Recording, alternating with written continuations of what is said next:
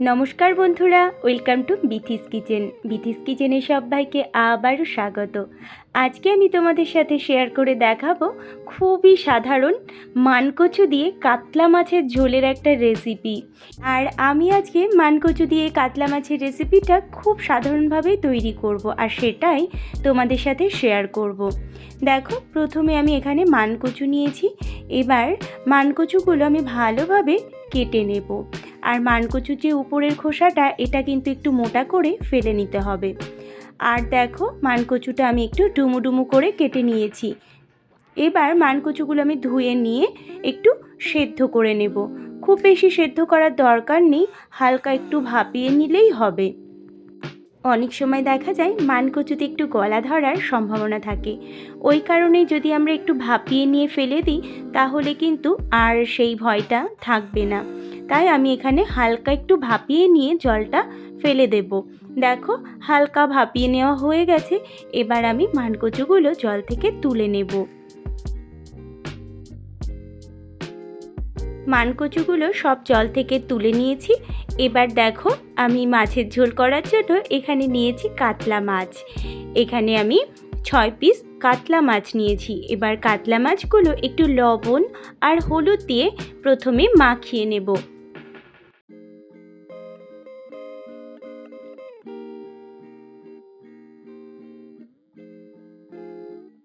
কোনো বন্ধু যদি আমার চ্যানেলে নতুন হয়ে থাকো তাহলে আমার চ্যানেলটা সাবস্ক্রাইব করে নিয়ে পাশে থাকার অনুরোধ করব। আর পাশে থাকা বেল আইকনটা অবশ্যই একবার প্রেস করে দেবে, কারণ যখনই আমি চ্যানেলে কোনো নতুন রেসিপি দেব তোমাদের কাছে খুব তাড়াতাড়ি পৌঁছে যাবে। মাছগুলো ভালোভাবে লবণ হলুদ মাখিয়ে নেওয়া হয়ে গেছে। এবার রান্নাটা শুরু করব। সবার প্রথমে কিছু মশলা আমি এখানে ড্রাই রোস্ট করে নেব। দেখো, তার জন্য প্রথমে আমি দিয়ে দিলাম 1 টিস্পুন গোটা জিরে, আর দিয়ে দেব 2টো শুকনো লঙ্কা। আমি এখানে কিন্তু এই মশলাটা ড্রাই রোস্ট করে নিচ্ছি, আর এই মশলাটা ড্রাই রোস্ট করে নিয়ে যদি ব্যবহার করা হয় তাহলে এই মাছের ঝোলের টেস্ট কিন্তু ভীষণই সুন্দর হয়। যতক্ষণ না পর্যন্ত এই মশলাগুলো থেকে সুন্দর একটা ফ্লেভার আসছে ততক্ষণ কিন্তু আমি এটা ড্রাই রোস্ট করে নেব। মশলাগুলো সুন্দরভাবে ড্রাই রোস্ট করা হয়ে গেছে। এবার আমি নামিয়ে নেব। এবার আমি একটা মশলার পেস্ট তৈরি করব। তার জন্য এখানে নিয়েছি 1 টিস্পুন গোটা জিরে, আদা আর কাঁচা লঙ্কা। এবার রান্নাটা শুরু করব। তার জন্য কড়াইতে দিয়ে দিলাম সর্ষের তেল। রান্নাটা অবশ্যই সর্ষের তেলে করতে হবে। দেখো, পরিমাণ মতন সর্ষের তেল দিয়েছি। এবার তেলটা যখন গরম হবে তখন আমি এক এক করে মাছগুলো ভেজে নেব।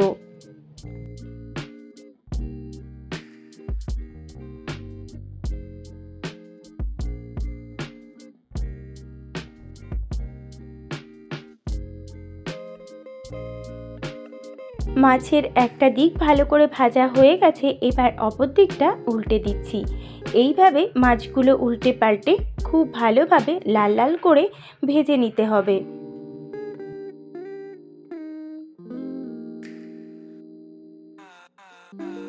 মাছগুলো ভাজা হয়ে গেছে। এবার আমি তুলে নেব।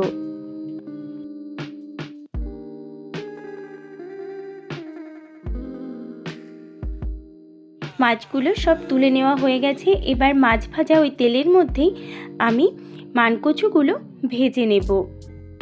মানকচু তো এখন খেতে অনেকেই ভয় পায় গলা ধরবে জন্য, কিন্তু একবার আমি যেরকমভাবে রান্না করি এরকমভাবে খেয়ে দেখবে, আশা করছি ভীষণই ভালো লাগবে।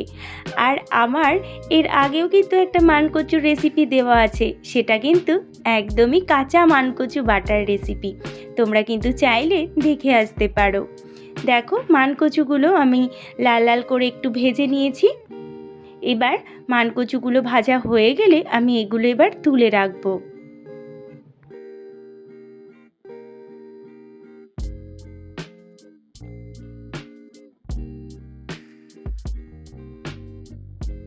মানকচুগুলো তুলে নেওয়া হয়ে গেছে। এবার আমি ওই তেলের মধ্যেই ফোড়নে দিয়ে দিচ্ছি গোটা জিরে। আর একটা তেজপাতা। আমি দেখো খুব অল্প তেলেই কিন্তু রান্না করেছি, খুব হেলদিভাবে কিন্তু রান্নাটা হচ্ছে, খুব বেশি তেল আমি এখানে ব্যবহার করিনি। এবার ফোড়নটা ভালোভাবে ভেজে নেব। ফোড়নটা ভাজা হয়ে গেছে, এবার আমি ওর মধ্যে দিয়ে দিলাম আদা, কাঁচা লঙ্কা আর জিরের পেস্ট। এবার গ্যাসের ফ্লেমটা লো টু মিডিয়ামে রেখে আমি মশলাটা ভালোভাবে ভেজে নেব। দেখো, তারপরে আমি এই মশলার মধ্যে দিয়ে দিয়েছিলাম সামান্য একটু জল। জলটা দিয়ে মশলাটা এবার ভালো করে ভাজবো।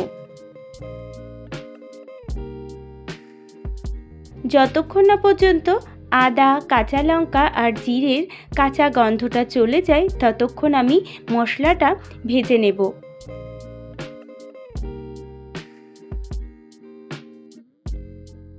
2 থেকে 3 মিনিট পরে আমি ওর মধ্যে দিয়ে দিলাম সামান্য একটু লবণ। এবার লবণটা দিয়েও মশলাটা ভালোভাবে কষিয়ে নেব। মশলা কষানোর সময় লবণ ব্যবহার করলে মশলাটা কিন্তু চারিদিকে ছিটিয়ে যায় না।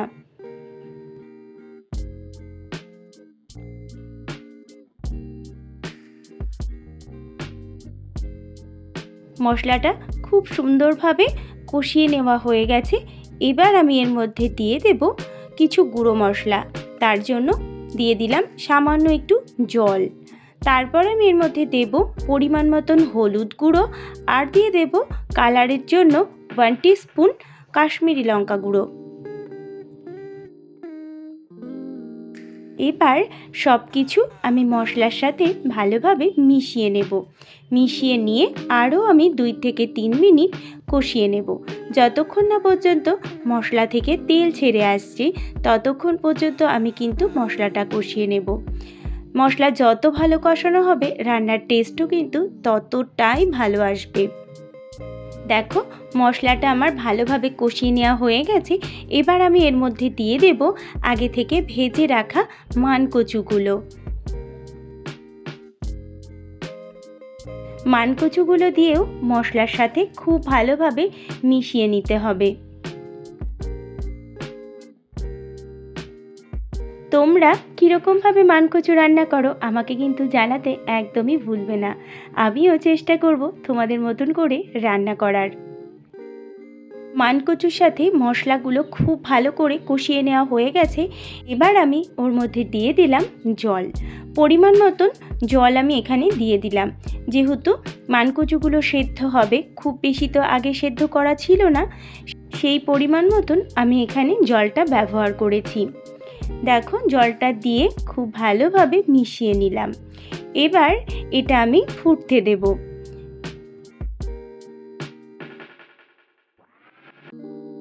গ্যাসের ফ্লেমটা মিডিয়াম টু হাইতে রেখে একটা ঢাকা দিয়ে আমি ঝোলটা ফুটিয়ে নেব যতক্ষণ না পর্যন্ত মানকচুগুলো সেদ্ধ হয়ে যাচ্ছে।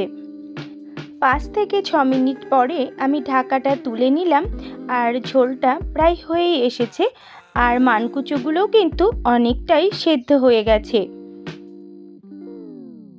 এইবার আমি এর মধ্যে অ্যাড করে দেব ভেজে রাখা মাছগুলো। মাছগুলো ঝোলের সাথে ভালোভাবে মিশিয়ে দেব। মাছগুলো দেওয়ার পরে ঝোলটা কিন্তু খুব বেশি ফোটানোর দরকার নেই।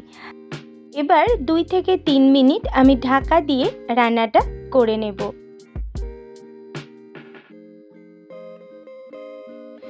2 থেকে 3 মিনিট পরে ঢাকাটা আবার তুলে নিলাম। দেখো, এখন কিন্তু ঝোলটা আমার প্রায় রেডি হয়ে গেছে। এর থেকে বেশি আমি আর ঝোলটা ফোটাবো না, যেহেতু মানকচু, ওই জন্য যখন একটু ঠান্ডা হয়ে যাবে আর এর গ্রেভিটা অনেকটাই শুকিয়ে যাবে, তাই আমি এর থেকে বেশি আর ঝোলটা শুকাবো না। মাছের ঝোলটা প্রায় আমার রেডি হয়ে গেছে। এবার আমি ফাইনালি উপর থেকে দিয়ে দিলাম আগে থেকে ড্রাই রোস্ট করে রাখা মশলা। এই মশলাটা দেওয়ার জন্য কিন্তু এই রান্নার টেস্টটা দ্বিগুণ বেড়ে যায়। এবার মশলাটা ঝোলের সাথে ভালো করে মিশিয়ে দিচ্ছি, যাতে করে সমস্ত ঝোলের মধ্যেই মশলার ফ্লেভারটা মিশে যায়। দেখো, এবার আমি গ্যাসের ফ্লেমটা অফ করে দেব আর ফোটানোর দরকার নেই। এবার গ্যাসের ফ্লেমটা অফ করে দিলেই তৈরি হয়ে যাবে আজকে আমাদের মানকচু দিয়ে কাতলা মাছের ঝোল। এবার আমি গরম গরম সার্ভ করে নেব। গরম গরম ভাতের সাথে এইরকম যদি মাছের ঝোল হয় তাহলে কিন্তু আর কিছুই লাগবে না। একবার হলেও এইরকমভাবে মানকচু দিয়ে মাছের ঝোল খেয়ে দেখবে, আশা করছি ভীষণই ভালো লাগবে। তাহলে বন্ধুরা, আমার আজকের এই মাছের ঝোলের রেসিপি যদি তোমাদের ভালো লাগে তাহলে অবশ্যই একটা লাইক করবে আর কমেন্ট করে জানাবে তোমাদের কেমন লাগলো। তোমাদের সুন্দর সুন্দর কমেন্ট আমার রান্না করার উৎসাহ আরও বাড়িয়ে দেয়। আজ তাহলে আসি, আবার হাজির হব অন্য কোনো রেসিপি নিয়ে।